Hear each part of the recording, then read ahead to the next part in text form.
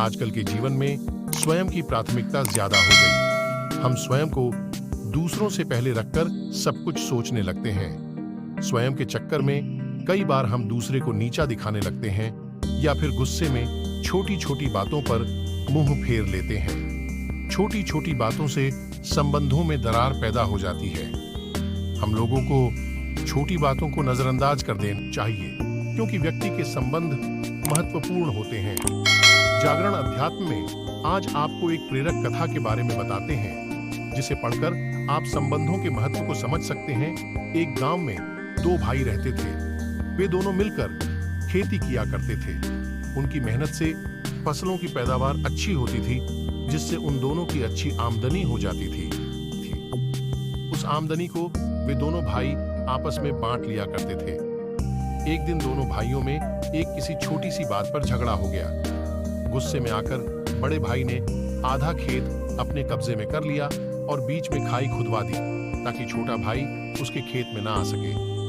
यह देखकर छोटे भाई ने भी तुरंत एक बढ़ई को बुलाया और कहा, मेरे खेत के किनारे लकड़ी की ऊंची ऊंची बाड़ लगा दो, ताकि मुझे बड़े भाई की शक्ल भी ना दिखाई दे। बढ़ई बोला, कल सुबह तक काम पूरा हो जाएगा। बढ़ई को दोनों भाइयों के बारे में पता चला। फिर उसके दिमाग में एक विचार आया। उसने दोनों भाइयों के बीच की खाई को पाटने के लिए एक तरकीब निकाली।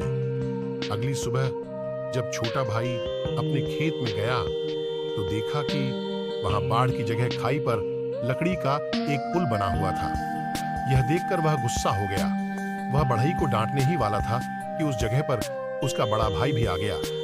उसकी आंखों में पश्चाताप के आंसू थे।